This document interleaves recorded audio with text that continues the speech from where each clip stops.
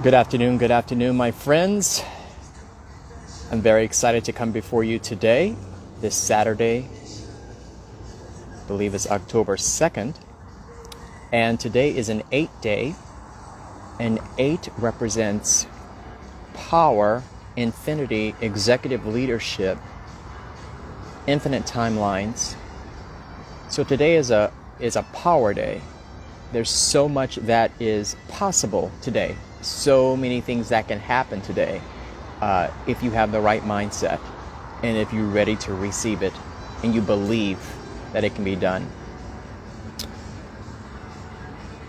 Today we're going to talk about a couple of things, but the main theme is going to be really the theme of October. October is actually a 1 month. So if we go by numerology, 1 represents just the self, and focusing on you, focusing on who you are, what you're about, what you bring to the table, what are your strengths, what do you bring to any group, to any partnership, to any relationship, to what extent are you aware of who you are and what you bring to the table. It's going to be really important for you to begin to focus on that this month, because after this month, you're going to be moving into the rest of your life, and the foundation is going to be important for you to establish this month. Often people, especially right now during this Mercury retrograde in Libra, are focused on their relationships and focused on their partner, their significant other, what that other person is feeling, what that other person is going through, how that other person is responding, etc. Those are all understandable things to think about, but it's going to be much more important right now during this Mercury retrograde for you to focus on you, because you are establishing the foundation for what's going to happen next once this retrograde is over. So really focus on what I'm going to call knowing thyself. This video basically is going to be called the importance of knowing thyself, or know thyself. So we are going to talk about a couple of things that you need to be focused on and aware of during this month. In the next couple of days.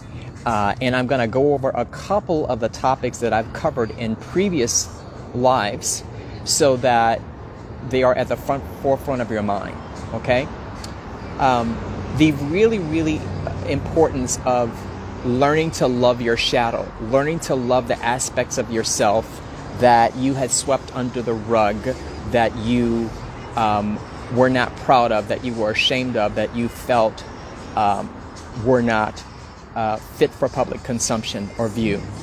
Those are aspects of yourself that must be loved. Those are aspects of yourself that must be looked at and understood. And as you do that, you transmute them from this shadow into the light. They become integrated into your personality, and you're less likely to have them show up unannounced, show up in your external world when you least expect it, to embarrass you and humiliate you. So anything about yourself that you have hidden, or about yourself that you don't like, you need to love it. You need to love it like it's your child that is still growing and still developing, and they are, at this point, if you take a snapshot, how your child can be a teenager who's not quite where they want to be and they're still awkward or whatever. That is what those aspects are of yourself. They were not fully developed. They were arrested in development, and they're still a 9-year-old. They're still an 11-year-old. They're still in a snapshot of time, based on the trauma that you were dealing with when you had to sweep them under the rug. So go back and hold on to that aspect of yourself. Love that aspect of yourself. As you love that aspect of yourself unconditionally, what's going to happen is that aspect of yourself is going to become part of your wisdom, part of your strength, part of what you bring to the table. Next, emancipating those inner parts. So you're going to free up, once you do that, those aspects of yourself that you have not embraced in the past. Once you embrace them and love them, you set them free and you let them fly free. You take them from under the rug, you take them from under the bed, you open your heart to them, you love them, and as you love them, everyone else will love them. Because we're all following your lead as to how we treat you. The way the world treats you is based on how you treat yourself. That's a life hack. Let me repeat that. The way the world treats you is based on how you treat yourself. So if you're harsh to yourself, if you are mean to yourself, listen to your self-talk. Listen to how you bully yourself or you talk to yourself when no one's around. What is the language that you use? Are you really harsh on yourself? Are you name calling? Are you bullying yourself? Well, if you are doing that to yourself, that is how the world is going to treat you, and that is how you're going to experience the world. So be careful that you teach the world, that you completely model for the world the way it is supposed to treat you. And it's based on how you treat yourself. Do not forget that. That's very important. Next, don't be fooled by your ego. Your ego is always trying to keep you in survival mode. Your ego wants you to think that everything is coming against you. Your ego wants you to think that the other shoe is about to drop. Your ego is always in survival mode. I'm outside and other people are having conversations, so I hope it's not too distracting. But do not be fooled by your ego to lapse back into survival mode. Okay? The ego actually sees everything as separate, and those of us who are enlightened and who are studying spirituality and understanding it through your own connection to the Creator, you're realizing that separation is an illusion of the ego, that there is actually no separation, that the law of one is in effect, and that we're all actually connected through the heart and through the spirit. We're all connected. And so as you transcend the ego and you realize that you're not always in survival mode, okay? You don't always have to rely on the ego. It will hijack your life and cause you to think that you're always in survival mode unless you awaken from that. The ego also is going to keep you in a karmic pattern. And the karmic pattern is going to choose the route that has been most traveled. It's the route that your family has gone on. It's the route that your grandparents, your great-grandparents, whatever they did normally, however they interacted, however they led their lives, however they saw the world, that gets passed down to you. And until you heal from some of those inherited karmic patterns, you're going to continue that along. And then your ego is going to help you go along with that. So, to repeat, do not be fooled by your ego to stay in survival mode. Am I saying to get rid of the ego? You can't get rid of the ego. The ego does play a role. The ego keeps you, with shelter and enough money to take care of yourself. The ego keeps you alive. It makes sure that you are safe.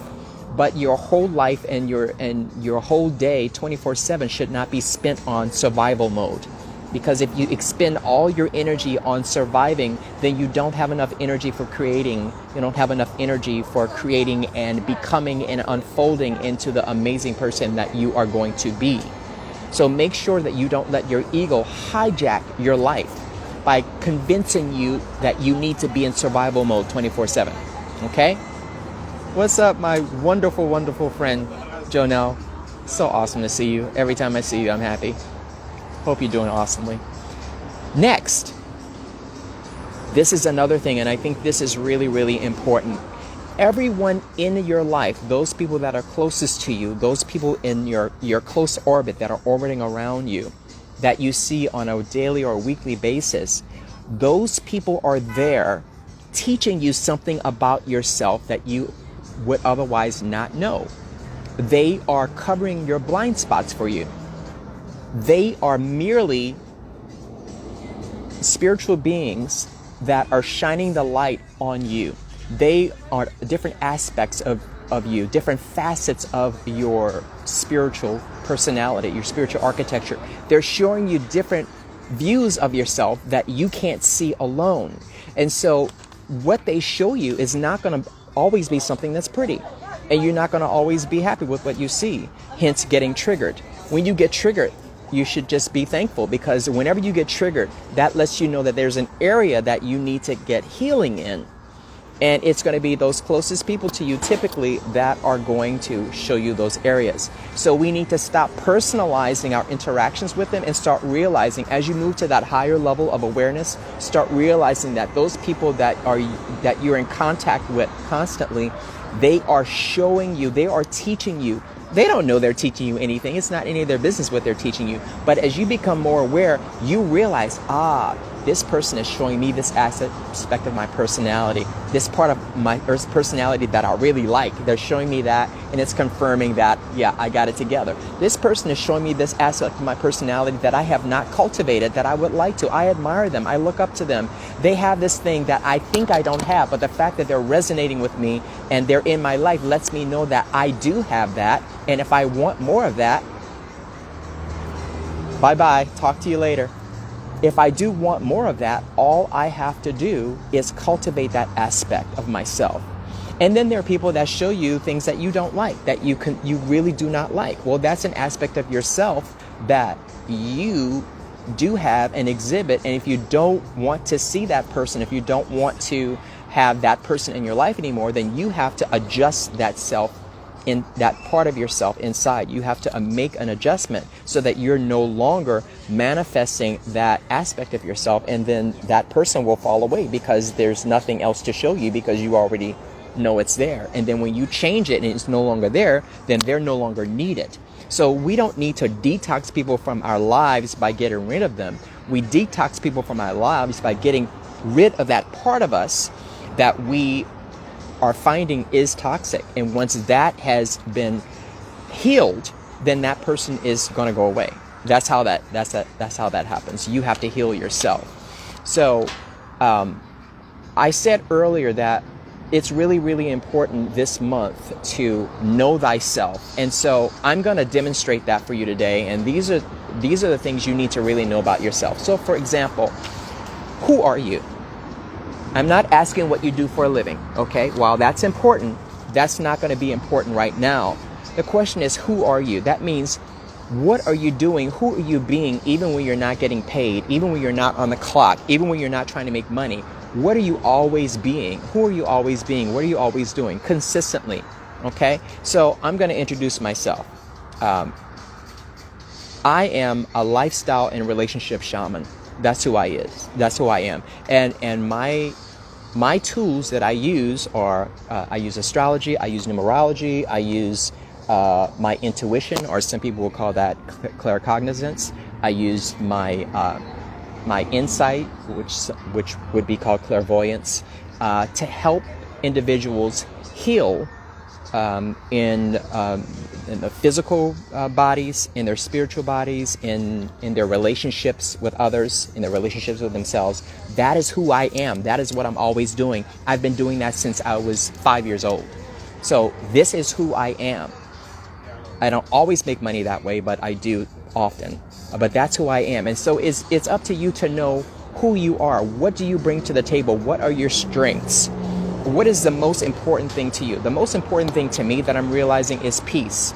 My peace of mind is the most important thing to me. There's nothing more important than my peace of mind. 54 years of life has taught me that the most important thing to shaman seers is peace of mind. So I'm not going to negotiate my peace of mind. That is something that I must have at all times. And so for yourself, you need to know, what are the non-negotiables for you? What are the things in your life that you must have no matter what? What are those things that allow you to be who you really are, to feel like you are fulfilled, that you are in your bliss, and that your life is unfolding the way it's supposed to be? You need to know yourself. What are your strengths? What do you bring to a partnership? What do you bring to a relationship? Who are you in this world? What is it that you contribute uniquely? Okay? So, what's up, Dante? Good to see you. I gotta finish what I'm saying, and then I'll draw you. I'll bring you on. I would love to. I gotta get this download to the people, and on this video. And so, it's going to be very important that you understand what are the characteristics and attributes that you are consistently cultivating. Like, what are you working on? What are you good at? And what are you constantly trying to get better at? For me, it's leadership. I'm a trainer. I'm someone who coaches. I'm into leadership, and I've learned a lot about leadership over the years. My journey has taught me leadership from an art to a science. I'm into showing groups and people the importance of interdependence and complementarity. How in a group there are some people that have strengths that happen to be your weaknesses, and you have strengths that are other people's weaknesses. And once you figure that out, you can map that, and you all can work with each other and get something done in a way that is mutually beneficial, and you have a symbiotic relationship. That is the thing that I do. I can take the details and translate those details to the big picture. I can at all times toggle between details to the big picture and help people stay on track and allow them to reach their goals. So what am I saying today? October is a 1 month. It's important for you to get into yourself this month. It's important to you to understand who you are. Know thyself. Next thing, it's important for you not to be hijacked by your ego by thinking that you're always in survival mode, that you have to always be looking out for yourself and looking out for the next shoe to drop and always wondering what's going to go wrong when your life is going well. You're still afraid that things are going to go wrong. That is your ego. That is survival mode. And I want you to get to the point where you realize that it's not all about survival mode. And that is when you are not allowing your ego to hijack your life. So those are the things I wanted to cover today. Keep in mind that you are a spirit, and you are growing and becoming a match for your higher self. So I put together what I call the Sovereign's Prayer. Okay? And I'm going to read it. And if you get something out of this, great. If you don't, if it doesn't resonate with you, that's fine. But this is something I just came up with that is very important. I think people are going to get something out of this. Here we go. I believe that I am created in the image of God. As such, I have been given power over all things concerning my life, including my heart, my emotions, my mind, and my spirit. Through my divine connection to the Creator, I can transform at any time by renewing my mind so that the perfect will of God is demonstrated through me by my thoughts, words, and actions. Therefore, I am the master of all that I see. Now that I realize I am fully responsible for what I have created. That is what I have for you today. Listen to this again, take some notes, and realize that the most important thing to do at this time is to know thyself. Take care and have a great weekend.